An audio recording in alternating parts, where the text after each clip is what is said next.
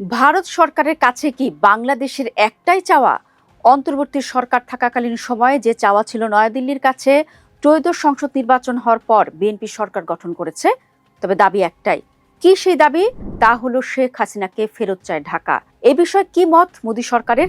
দর্শক, বাংলাদেশের পররাষ্ট্রমন্ত্রী হিসেবে প্রথমবার ভারত সফরে এসে নয়াদিল্লির কাছে ক্ষমতাচ্যুত প্রধানমন্ত্রী শেখ হাসিনাকে বাংলাদেশে প্রত্যর্পণের দাবি জানালেন খলিলুর রহমান। ভারতীয় বিভিন্ন গণমাধ্যমের খবরে বলা হয়েছে, বুধবার ভারতের পররাষ্ট্রমন্ত্রী এস জয়শঙ্করের সঙ্গে বৈঠকে বসে হাসিনাকে ফেরানোর আবেদন পেশ করেছেন খলিলুর। সেই সঙ্গে বাংলাদেশের সাবেক স্বরাষ্ট্রমন্ত্রী আসাদুজ্জামান খান কামালকেও ফেরানোর দাবি জানিয়েছেন খলিলুর রহমান। হাসিনার মতোই আসাদুজ্জামানকেও মৃত্যুদণ্ড দিয়েছে বাংলাদেশের আন্তর্জাতিক অপরাধ ট্রাইব্যুনাল। আসাদুজ্জামানও বর্তমানে ভারতেই রয়েছেন। খলিলুর এই দুজনকে বাংলাদেশে ফেরত পাঠানোর অনুরোধ জানালেও ভারত সরকারের পক্ষ থেকে কোনো সুনিশ্চিত আশ্বাস মেলেনি, বরং গোটা বিষয়টিকে বিবেচনাধীন স্তরেই রাখা হয়েছে বলে জানা গেছে। হাসিনা এবং আসাদুজ্জামানের ফেরানোর ইস্যুতে বাংলাদেশ যে ভারত সরকারের উপর চাপ তৈরি করতে চাইছে, এটা বুঝেই ধীরে চলো নীতি নিয়েছে দিল্লি, এমনটাই দাবি করা হচ্ছে ভারতের বিভিন্ন সূত্রে। তবে হাসিনাকে ফেরাতে কৌশলে অন্যভাবে ভারতের প্রশংসা করেছেন পররাষ্ট্রমন্ত্রী খলিলুর রহমান।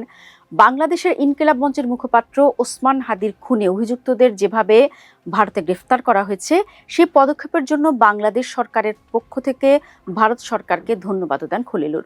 হাদির খুনে দুই অভিযুক্ত ফয়জুল করিম মাসুদ এবং আলমগীর হোসেনকে বাংলাদেশ লাগোয়া উত্তর 24 পরগনার সীমান্তবর্তী এলাকা থেকে গ্রেফতার করেছিল পশ্চিমবঙ্গ পুলিশের স্পেশাল টাস্ক ফোর্স। সরকারি নিয়ম মেনে এই দুই অভিযুক্তকে বাংলাদেশ সরকারের হাতে তুলে দেবে ভারত।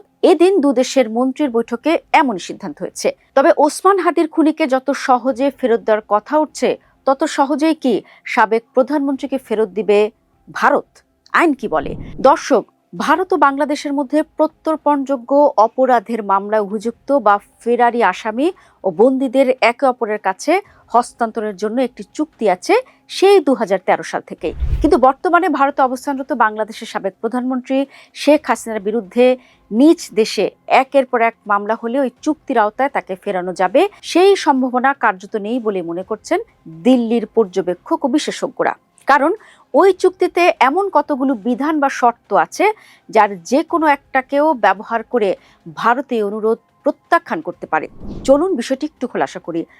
বাংলাদেশ এবং ভারতের মধ্যে 2013 সালে স্বাক্ষরিত প্রত্যর্পণ চুক্তিতে একটি গুরুত্বপূর্ণ ধারা আছে, আর সেটা হলো, যার হস্তান্তরের জন্য অনুরোধ জানানো হচ্ছে তার বিরুদ্ধে অভিযোগটা যদি রাজনৈতিক প্রকৃতির হয়, তাহলে সে অনুরোধ খারিজ করা যাবে। তার উপর শেখ হাসিনার বিরুদ্ধে বাংলাদেশে যেসব মামলা দায়ের হয়েছে, তার কোনোটিতেও যদি আদালত ফেরারি শেখ হাসিনার বিরুদ্ধে গ্রেফতারি পরোয়ানা জারির নির্দেশ দেয়, তাহলে তার ভিত্তিতেই বাংলাদেশ সরকার ভারতের কাছে তার হস্তান্তরের অনুরোধ জানাতে পারবে।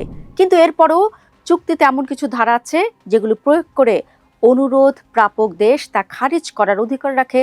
যেমন, অনুরোধ প্রাপক দেশেও যদি ওই ব্যক্তির বিরুদ্ধে কোনো প্রত্যর্পণযোগ্য অপরাধের মামলা চলে, তাহলে সেটা দেখে অন্য দেশের অনুরোধ খারিজ করা যায়।